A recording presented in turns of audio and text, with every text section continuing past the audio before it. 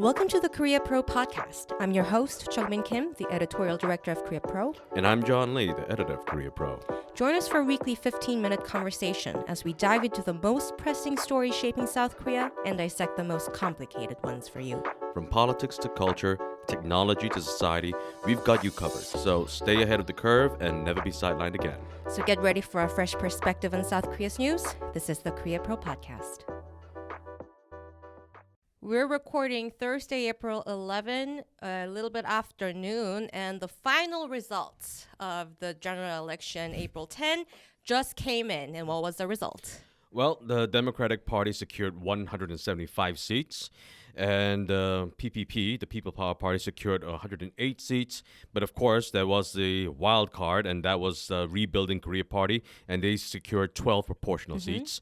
And so combined, those two seats, they have, 187 seats in the National Assembly right now? Right. So, and there were also, if you remember, in February and March, we did discuss the rising new merger party, defection party, blah, blah, blah, blah, blah. The new Reform Party, the new Future Party. They were almost forgotten from this election, but they actually got at least a few seats. Right. The new Reform Party got 3 seats. 3 seats, including Lee Jae-myung, My the leader, favorite person. the leader of New Reform Party, Keoksin당. He finally got into the National Assembly after 13 years? 13 years of of being in the political spotlight, and he's finally a lawmaker. Right, and it was a battleground, and it went back and forth until just a few hours ago when Lee Jae-myung finally won.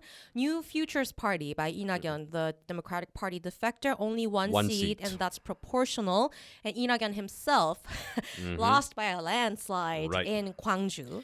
I don't think I see him coming back into politics anytime soon. me The man neither. burned way too many bridges by starting his party. Right, like those people who were former DPs and who were painted as betrayers from the Democratic Party, they all lost. Yep. Every single one. Including the former Deputy Speaker of the National Assembly, Kim Yong-ju, who lost her very stronghold district to Chae Hyun-il, who's a newbie to National Assembly. So it says something about the public sentiment. Was she a 3-term or 4-term lawmaker? I think she was aiming at 4-term. Okay. And Jinbo Party got 1 seat. The Progressive Party. So if I break it down, there are different types of potential scenarios going forward depending on what the opposition alliance or partnership may look like. Cho-guk, the leader of RKP, has vowed multiple times throughout the election campaign that he will not be merging his party with the DP, But they will be allied on many things. Many things, and at least for a few months, at least for maybe half a year, which we will discuss soon when they are pursuing some of the projects that they vowed to pursue. They will probably maintain alliance, and that in total is 187 seats, and that makes it supermajority as an alliance. But not enough to... DP, right, not enough for 200.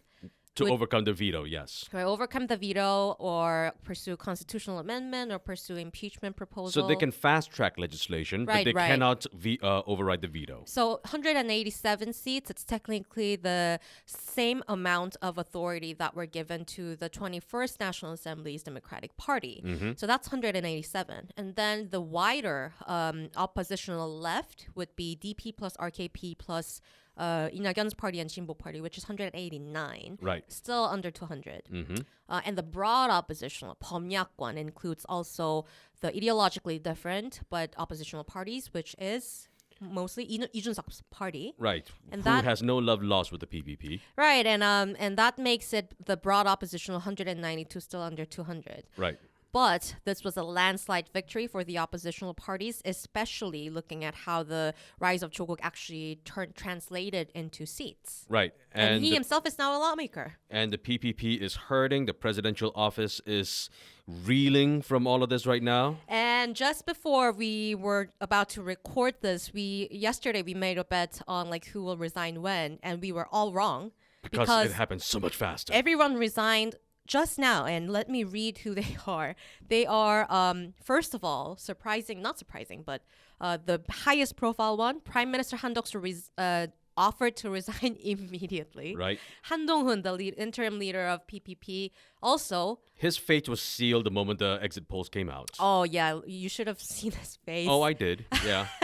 And other people includes the chief of staff, chief of policy, chief of public affairs, and all the chief level secretaries of the president has offered to resign. Like rats fleeing a sinking ship. Right, and it's not clear if Yoon will say yes to these resignations that are tendered, but it seems he doesn't have any aid right now aside from the National Security Office. They are not resigning so far. They're still remaining in office, but everyone else is gone. He is pretty much almost all alone in the presidential office right now. Right, so he needs to make big decisions in the next few weeks. We will be monitoring and covering all of those. But let's just quickly go through the potential dilemmas that Yoon will face going forward. Well, First, the big one will be, is he going to meet with Lee Jae-myung finally? Right. He hasn't met him for a official meeting in the past 2 years. Not since he became president. He's not exactly the most communicative leader ever in And South he Korea. doesn't really believe in compromise over the past 2 years. You saw that with Doctor Strike, right? Right, over the past 2 years. Even until the last minute, 11th hour before the campaign, he wouldn't budge. He doesn't believe in compromise. He believes it's his way or the highway, which is why a lot of people have been complaining that his leadership is very authoritarian. Including the PPP. Right. And it's actually possible that, which was a minor voice before the election, one PPP lawmaker asking Yoon to give up his affiliation with the party. Right, Han Dong-hoon. That actually might happen again. Yep. Now, Han Dong-hoon himself lost his race, but that doesn't matter. Now, a lot of people are going to demand that the president should resign from the PPP. And that's because they're going to have to look forward to the next presidential election in 2027. They have to think strategically until 2027 Right. because if their fate continue to be attached to Yoon's popularity. Which is nowhere near as high as they would want it to be. Right, and we saw in lame duck periods, especially for conservative presidents in the past, that Park Geun-hye, ruling parties flee pretty quickly. Yep. They know a loser when they see one. Right. And right now, Yoon Suk-yeol is the biggest loser here. Yeah. And if they Someone's actually been referring to Yoon as like an honorary DP member for helping PPP lose. Yeah, that tracks. Now, they're going to want to recapture the presidency or retain the presidency. Despite the oppositional party with majority. Of course. But if they're still attached to Yoon by the hip, they will not escape that. So Han left now. Who are the possible... Let's start with party leader. Who's the potential party leader for PPP? My money is on Na Kyung-won. Yeah, me too. Now, Na Kyung-won, as some people might know, she was a contender to be the PPP leader twice. She first lost to Lee Jun-suk, and then she lost to Kim Gi-yeon. Third time's a charm. And we know what happened to Kim Gi-yeon and Lee Jun-suk. Yeah, and I firmly believe that she should have been party leader way back earlier, but she was just never given the chance. Right. Now, for this party... But she won her district this time. She did win a district.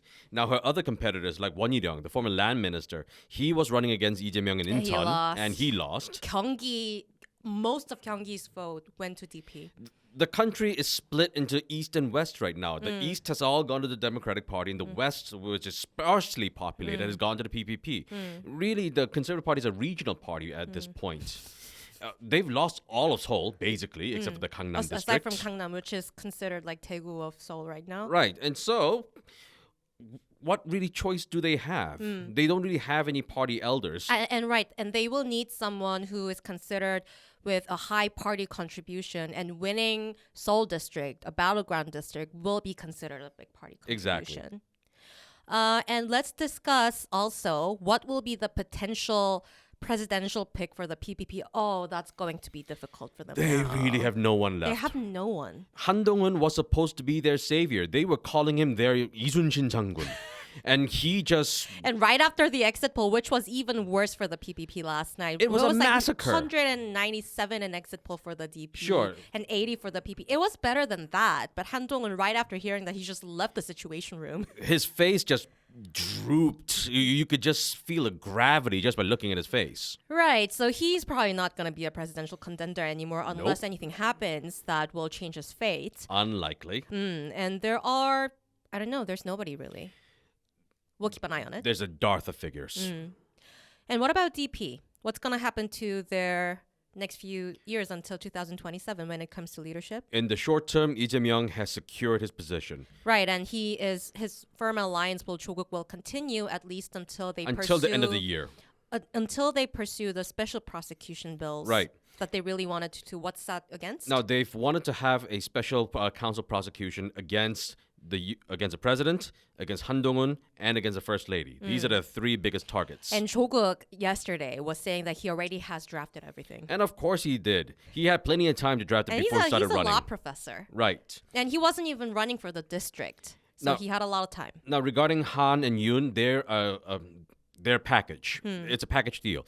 What they've been alleging was that even when Yoon was a prosecutor general and Han was serving under him, there was some sort of interference within the prosecutor's office investigations into senior Moon administration officials. And if they start to push for this kind of special investigation, because these two are so close, eventually they'll be tied together, which will naturally allow them to quickly veer toward Lee Jong-suk, the person who was the weak link right now. Right. And this Lee Jong-suk, that's like you said, that's the weak link, because if they find any sort of abuse of power going on there, that's impeachment material. Now, of course. And speaking of impeachment, I've gotten so many questions over the past few days from international media whether or not this legislative election will lead to actual impeachment. So there's a difference between pursuing impeachment bill and actually impeaching. What's the difference? There has to be a crime. Without a crime, they cannot impeach the president. A proven crime. They tried this with Roh Moo-hyun back in the day, but because there was no proven crime, the Constitutional Court canceled that. And if they can pursue these investigations and find actual evidence of abuse of power, especially with Lee Jong-suk's case, then yes, impeachment is definitely a possibility. In pursuing. But that's the thing right now. They still cannot overcome the president's veto. And so if the president says, no, I will not allow the special counsel prosecution investigation into me. He can still veto appointing the 검사, the prosecutors for this case, right? Sure. 특별검사. Yeah, but yeah, that would solve the problem for the president, at least, for having to have this investigation. But this will then become a politicized issue. Until 2027. Until 2027. They'll drag it on for years. This will be his ball and chain that the president's going to have to carry for years now. And what about for PPP? What can they do? Nothing. They're just going to have to sit there and take it. Or they will have to flee, trying to distance themselves from the president. Right. Which we saw in the past two conservative presidents, right? That is their only real alternative, because as we mentioned earlier, they're going to want to distance themselves from the president because he's toxic right now. And so they have to be the quote-unquote responsible ruling party. And show like they are making a little bit more concession and trying to be more responsible with agreeing to certain policies that the DP is pursuing, blah, blah, blah, blah, blah. But of course, there's a question of how much willingness they have to cooperate. Because yes, they're going to want to be the responsible party, but they also remember that it was their cooperation that allowed Park Geun-hye to be impeached. And since Park Geun-hye's impeachment, the PPP has just been suffering defeat after defeat after defeat. And so many leadership changes. They just couldn't get it together. They cannot. And so if they impeach yet another president by cooperating with the DP, then they might as well just pack up and go home and find an honest living for a change. So, yeah. So that's a dilemma for them. It's a very fine line that the PPP lawmakers are going to have to walk. So, okay, we have to keep an eye on that, and also how much Yoon will actually change his strategy when it comes to communicating and negotiating with the oppositional parties. Right. And your bet is he wouldn't?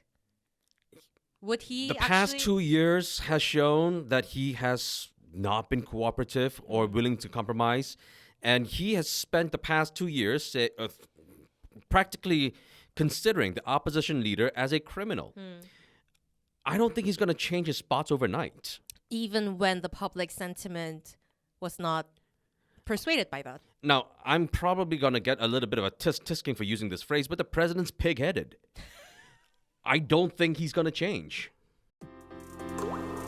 Unlock the full Korea Pro experience by joining our community. Stay informed, stay ahead, and never miss a beat on Korean affairs that matter. Subscribe today and transform the way you understand Korea. All right, and next topic related to the elections. We are seeing an increasing polarization of the political environment here, and that's translating into seats. 자유통일당, the Liberty Unification Party has made it into the National Assembly. What is this party? The It's led by Liberty Jeon Kwang-un. Unification Party, who is led by Pastor Jeong Kwang-un, and I use that phrase very liberally. They are the far-right Tanuki party. Protest. Right. They're the far-right nationalists. They're the ones who really adore and love the country's former authoritarian leaders. They want this country to be much more, well, I hesitate to use the word fascist, but that's the image that I get anytime I think of these guys. I don't think you're hesitating that much today.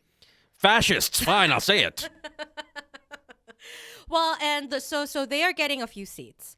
One seat, right? One seat. They're getting one seat. And conversely, the Green Justice Party, I think it's going to go down the history now. It's as They had 6 seats before, and now they've gone down to 0. And Shim Sang-jung, the leader of Justice Party, before Just merging, retired from politics. and she used to be the presidential contender. What's happened to this progressive politics in South Korea? Okay, we have to go back to the presidential election. Back in the presidential election, it was not yet the Green Justice Party. It was still just the Justice Party. And they refused to align with the Democratic Party. Now, their disagreement goes back beyond that also. They've had political differences, but that's too complicated to explain. So I'll just say that they did not align in the presidential DP wasn't election. progressive enough from their point of view. It wasn't just about the ideological differences. It was also about logistics, and it was about parliamentary seating arrangements. But anyway, they had their disagreements. And then when the parliament was voting on whether or not to issue an arrest warrant for Lee Jae-myung, the Justice Party sided with the ruling People Power Party.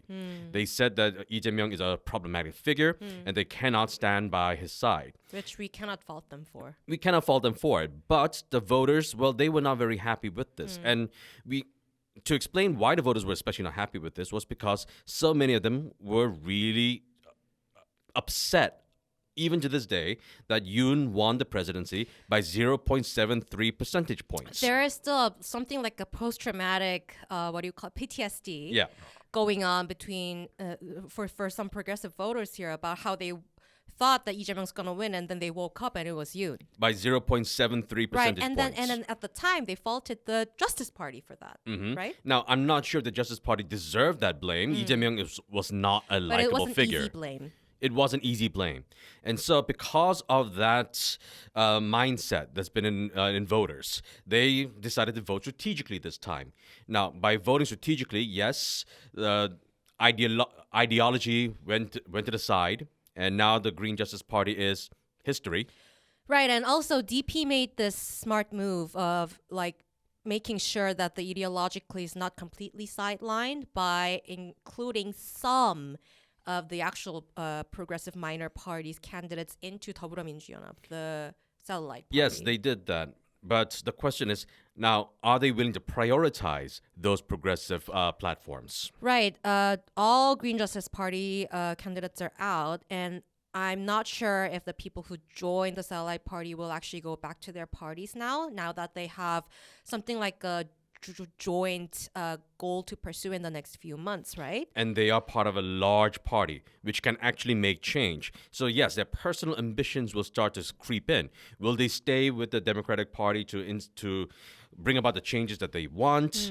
Will the Democratic Party even prioritize what they want now that they've won? Like, for example, Yong Hae-in, who was the leader of 기본소득당, the Basic Income Party, she was one of the most she very explicitly voiced out her views that the anti-discrimination bill should have been passed by the DP, but this time she joined the satellite party, right? Right, she so did. Someone like her, will they go back to their party and lead the party?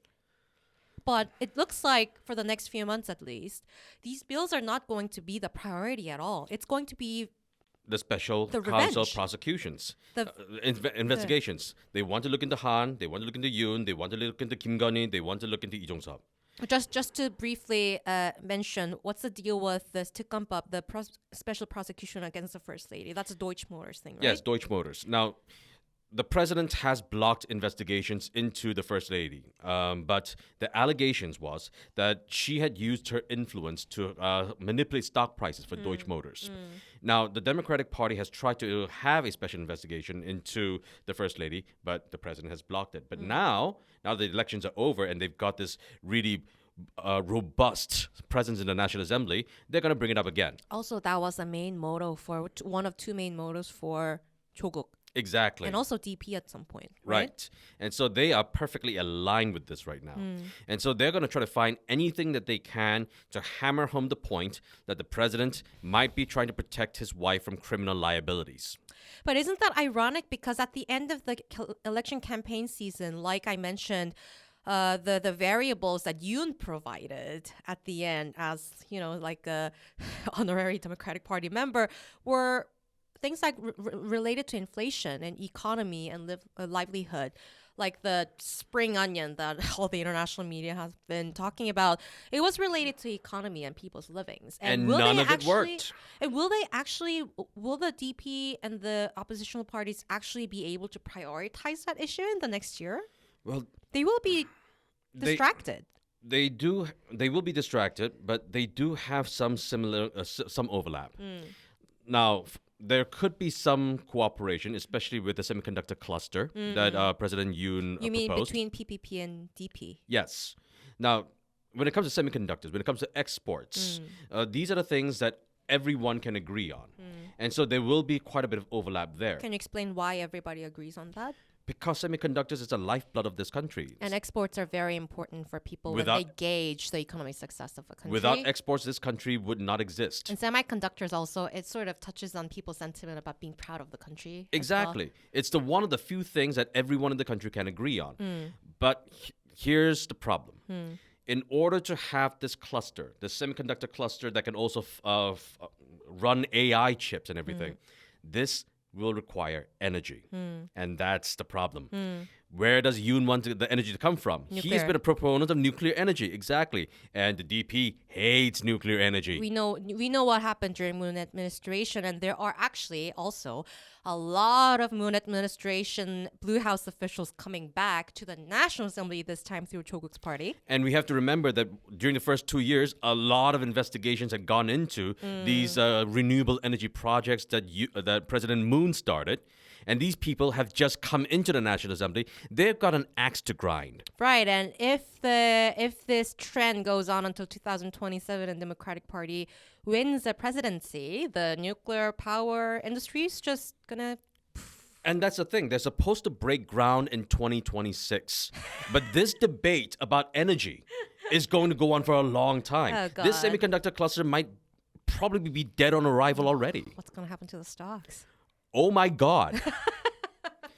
Energy company stocks, technology stocks. Oh my God. All right, so we both stood up until late in the night to watch this broadcast. And John even brought his pajamas to the office and just stayed here to watch all night. I had to be comfortable. But okay, so there were a lot of things that were on TV last night, but what stood out the most to you? Well, aside from the graphics and the crazy usage of all the K-pops, and I love the election graphics. I think that's actually a very good culture to motivate people to be more interested in politics. It is quite cute. Yeah, it's cute, and people using like handmade I voted paper so that they can put their stamps. I think that's actually a very good culture to keep people engaged in politics. But when you ask me, did anything stand out? This one particular person actually stood out as someone who won, and that's An Tae-gu, of course. Okay. Park Geun-hye's lawyer. Park Geun-hye's lawyer. Yoo Young-ha won by landslide, and he's gonna be a lawmaker now. Oh wow. Okay. So that takes us back. Yes. So what was interesting to me was that these former presidents, scandal-ridden, went to jail sort of presidents. Yeah. That they all came back in the past year after they were pardoned, and they all went to the polls and they all voted. And the Park Geun-hye was wearing jeans. And reporters approaching them as just normal former presidents, asking them like, how did the voting go? Like, what's your comment about about politics? That is so weird to me. Talk about a laundered reputation. Right. And the media is actually helping it. And so it was really uncomfortable to see. Former convicted criminals just being treated like your average, normal former presidents. And the lawyer of the former convicted president becoming a lawmaker. Yep. It actually says something about Well, with Liberty Unification Party and with Park Geun-hye's former lawyer getting into the National Assembly, that just speaks so highly. Did anyone stand out to you, John? Okay, well, we have to mention the former foreign minister, Park Jin. Poor guy. Yeah, okay. Now, I thought that Park Jin was a rather competent foreign minister while he was in office. Also, he was good at his job while being a lawmaker. And because he was good at his job, I thought that he was also rewarded with a rather easy-to-win district. But turns out it wasn't so easy. Well, the voters did not reward him. Nope, he was not rewarded. He was the one who took charge of so many controversial and frankly... the hot mic incident, the expo, Japan... the U.S. Korea trying to repair relations with Japan. He was in charge of all of that. And what did he get for all of his hard work? He gets to go home and spend more time with his family now. Right. In the next few years, you will see so many former lawmakers and former presidential office staffers going to the U.S. to study. And as for the week ahead, now, as we just mentioned, there were a lot of people who left from the presidential office and also Han Dong-hoon from the PPP. Now, there will probably be a lot more people who are going to be leaving, so we're going to keep keeping our eye on that. And also, we have to keep an eye on who the new people might be who will be tapped by the president. He has a lot of hiring to do right now. He's going to be busy for a while. And I should, of course, mention that the Korea Pro predictions of all the party seats, we were correct. Thank you, Dr. Lee Sang-shin. And thank you, everyone, all the experts who helped us throughout this election season, and also Junha Park and Leona Park, who monitored and wrote about this election development and implications so many times. Our coverage would not nearly have been as good as it was without them. And that's a wrap. Thanks for tuning in. If you want to know more, sign up for our daily executive briefings. We brief you on all you need to know from the past 24 hours and why they matter every morning in your inboxes. Don't forget to subscribe to our podcast for your weekly dose of insight. And until next time, I'm Jeongmin Kim. And I'm John Lee. Stay connected, stay informed, and we'll see you next time on the Great Pro Podcast.